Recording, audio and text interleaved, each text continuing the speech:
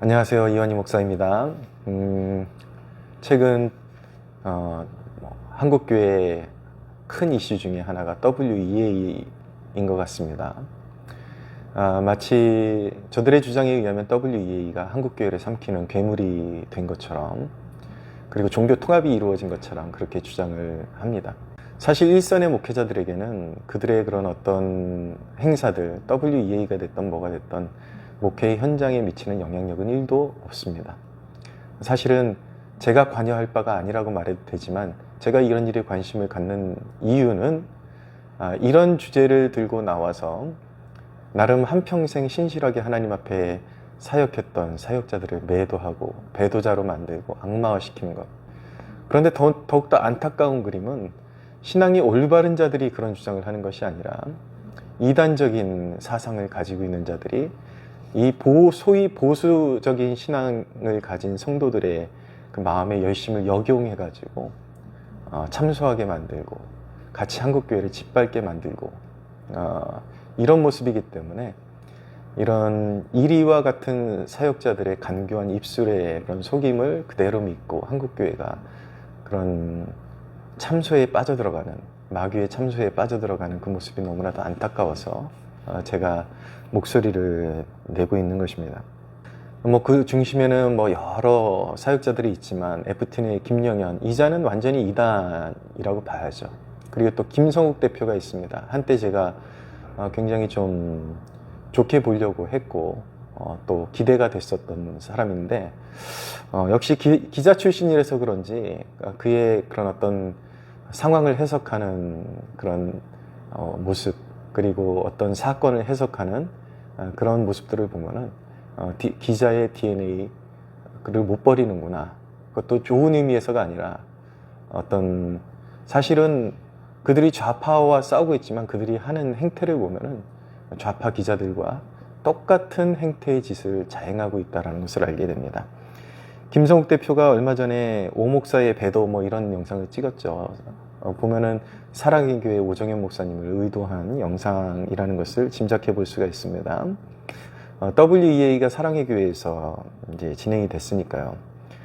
그 중심에 있었던 리거렌 목사의 혐의를 가지고 리거렌 목사가 결국은 종교 통합을 이루는 배도자고, 또 그와 함께 연대한 오 목사도 배도자다, 이런 논리인데, 이 리거렌 목사가 가지고 있는 혐의를 정리하자면 한 3가지 정도로 정리할 수가 있습니다. 먼저 종교 통합을 이루려고 한다.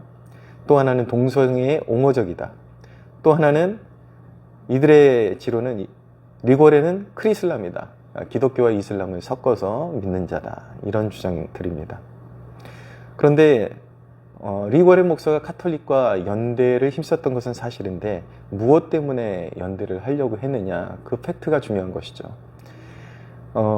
김성욱은 일관되게 시종일관 종교 통합이라고 말을 합니다. 그러나 실질적인 팩트는 리거렌이 카톨릭과 협력을 이루려고 했던 그 분야는 무엇이냐면 삼위일체 하나님을 인정하는, 믿는 그런 공통적인 맥락 안에서 이런 우리가 기독교적인 가치관이라고 할 수 있는 결혼관, 한 남자와 한 여자에서 이루어지는 보수적인 결혼관, 그리고 동성애를 반대하고 낙태를 반대하는데 같이 힘을 합치자라는 취지였던 것입니다. 사회가 점점 리버럴하게 돌아가니까 거기에 그것을 막아설 수 있는 것은 기독교적인 가치관밖에 없다. 그래서 삼위일체 하나님 안에서 우리가 성경적인 신앙관 가지고 공통점을 찾으면서 이런 3대 폐악을 막아서자라는 그런 취지에서 연대를 하려고 했던 것입니다.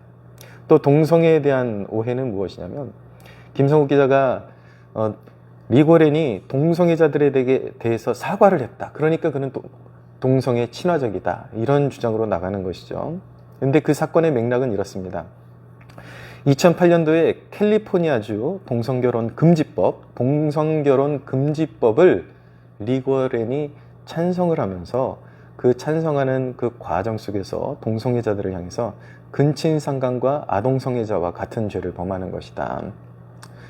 물론 죄의 속성으로 보면은 그것도 무리라고 말할 수는 없지만, 어쨌든 간에 어떤 리거렌이 동성애자들에 대해서 그것이 죄가 아니라고 한 것이 아니라 지나치게 그들의 인격을 비하한 것에 대해서 사과를 했던 것입니다.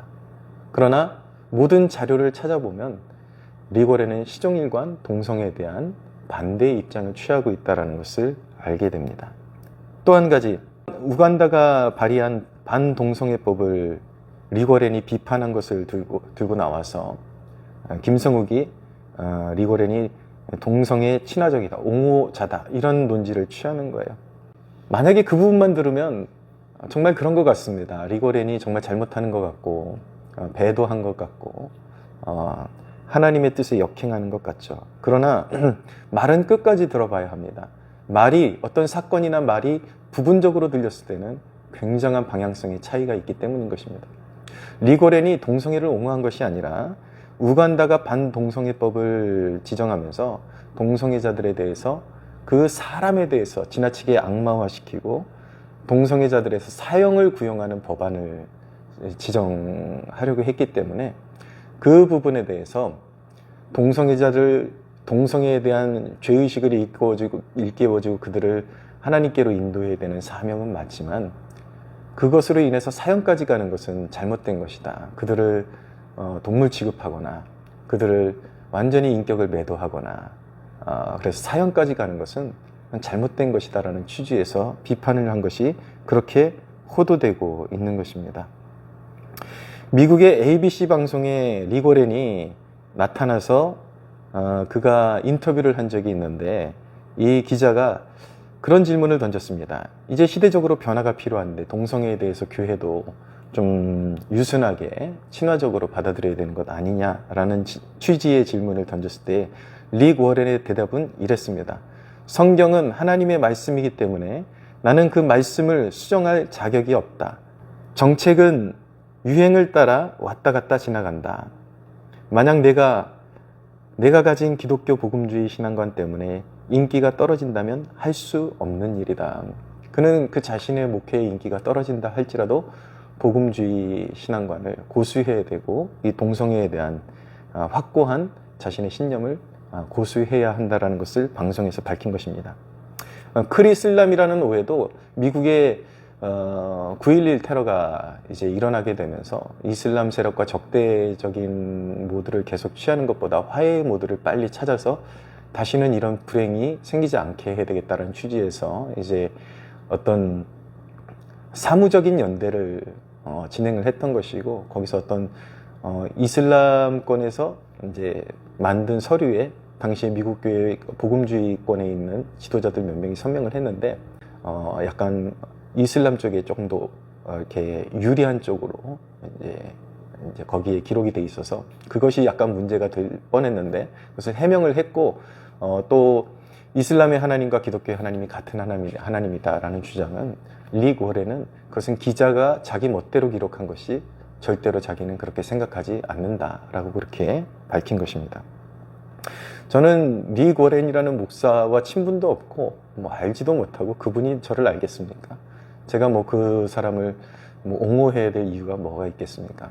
단지 같은 주님 안에 있는 형제로서 과연 타당하지 않는 근거를 가지고 그 인생을 완전히 무너뜨리고 그 사역을 무너뜨리는, 같은 하나님을 섬긴다고 하면서 그런 일을 자행하는 것이 맞느냐, 저는 이런 질문을 던지고 바로 그런 행태에 대해서 저는 비판의 소리를 내고 있는 것입니다. 여러분, 릭 워렌의 그런 포지션은 어떤 신앙의 그런 정도나 가치관에 따라서 좀 더 보수적으로 접근을 할 수도 있고, 그나마도 동성애자들에 대해서 그렇게까지 호의적으로 말하는 것은 옳지 않다라고 주장할 수도 있어요.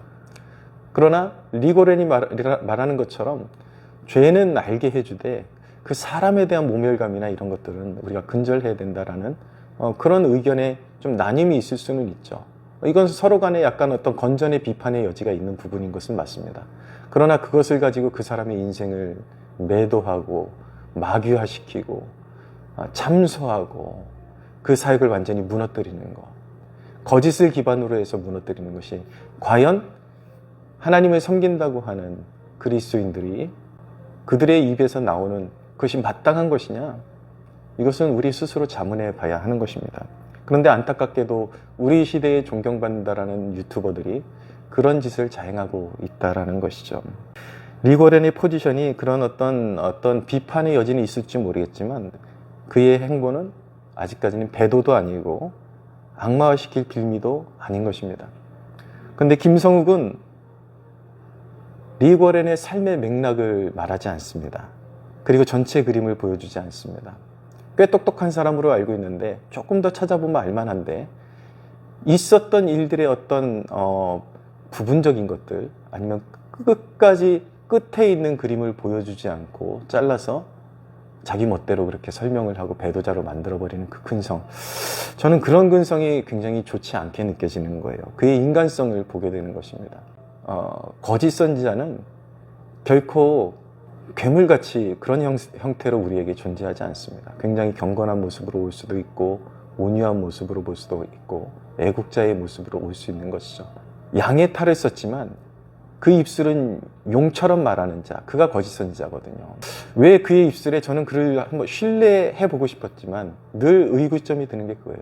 왜 그런 어떤 사안이 있을 때마다 거짓말을 말하는 것이지 어떤 전체 그림이 아니라 부분적으로 말하고 꼭 안 좋은 방향으로 사람들이 함께 참소하고 비난하는 방향으로 그렇게 이끌어가는 것이지.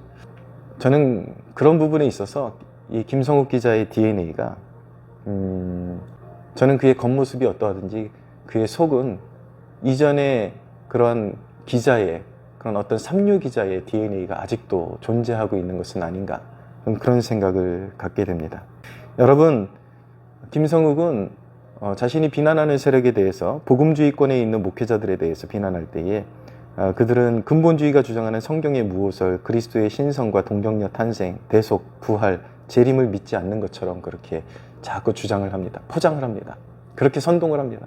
그러나 여러분, 이미 그가 비난하는 모든 사역자들, 복음주의권에 있는 사역자들은 당연히 그런 이 성경의 진리를 믿는 사람들이죠.